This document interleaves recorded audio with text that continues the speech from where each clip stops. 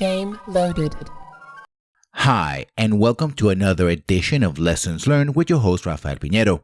I am going to talk about video games because in my current mood, I want to complain about the world, but I also want to complain about things that are not that important. Well, they're important to me, they're probably important to you, but at the moment of this recording, they're not important to the rest of the universe. So, well, let us begin.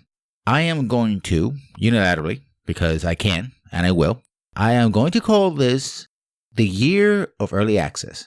2016 is the year of the universal early access. What do I mean by that? Well, I mean by that essentially now all video games are early access, especially AAA games. You don't buy video games.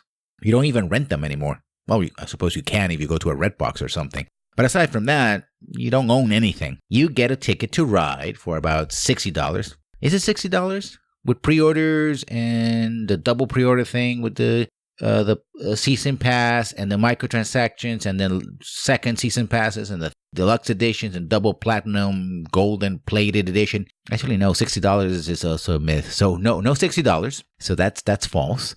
So you are sold the idea of an experience that you're going to get access to at some point at release. That, by the way, if you buy it, well, if you acquire it, the ticket that is, for console, will also come unbundled and packed. So basically, it will be a huge file that didn't get minimized or condensed in any way, shape, or form through their network, which is slow as heck.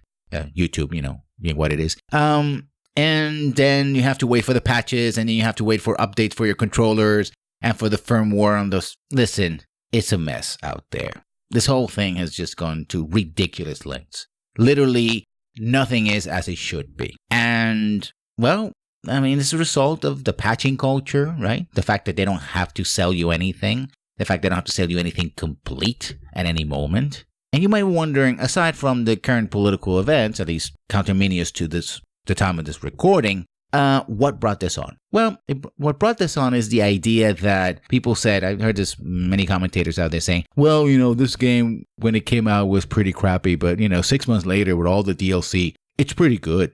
People should buy it. People should pay for this game. I'm like, how about no? Yeah, let's not do that. In fact, because I'm a curmudgeon, I'm an all-man of video games, I really don't like change. I'm going to lay down the golden rule of acquiring set experiences. It goes something like this. If a game was bad at launch, like not good at all, like not worth anyone's money, and then it magically becomes good 6 months later or a year later with all the bug fixes and patches and DLC and all that, especially the stuff that you have to pay extra for, like DLC, like microtransactions, or whatever else they're going to sell you, then I would say that just proves that the game was really bad. It was a turd sandwich. We just added now they added a little whipped cream on top just to make you feel better. Don't buy it. Don't buy it at all. No. You know why? Because if that game required that much input, that much work to make it work and to be good for whatever value good you're searching for and willing to pay, then they should have released it 6 months later, maybe a year later. Why did they release an unfinished, buggy, broken, bad product? The real product is the one that came out 6 months later with everything bundled in. That's the one that should have been released. Why pay for something that is broken? Just broken. Not good. Not good at all. We shouldn't do that. On the other hand, the flip side of that law, and it's a law, not a rule, not a suggestion, it's a law. L-A-W. It's a law. Is if the core experience, because that's basically what you're given access to, if you will, is good off the gate, and then they add to it and make it even better, kudos. That's exactly what I want. I want a solid core experience that if that's a business model that they're promoting, that is they're going to add to it later on, then the more power to you. But you got to give me something up front. Got to give me something I can sink my teeth into. I'm even willing to entertain episodic content if the episode 1 is a good opening episode and it's priced right. That also means you have to be more flexible on pricing. $60, $80, $120, $150, $200. No. And that also means that I, as a consumer, have to be more patient. In other words, If something comes down, to being good 6 months later, I'm not going to pay full price. At least I'm not going to pay the original asking price plus the price of all the add-ons and tidbits they threw in for good measure to actually make it good. No, I'm going to wait until the core is at least 50% off. So it offsets the extra cost of all the things that should have been in there in the first place.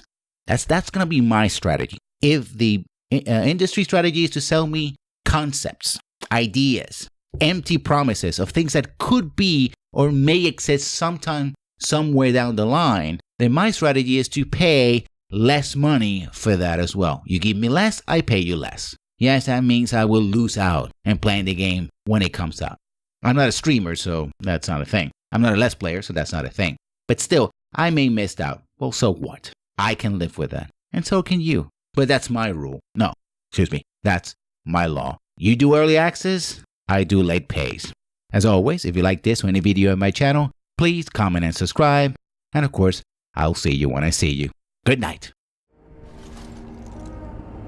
Take some time. When you're ready, I'd like you to accompany me to a meeting with the king.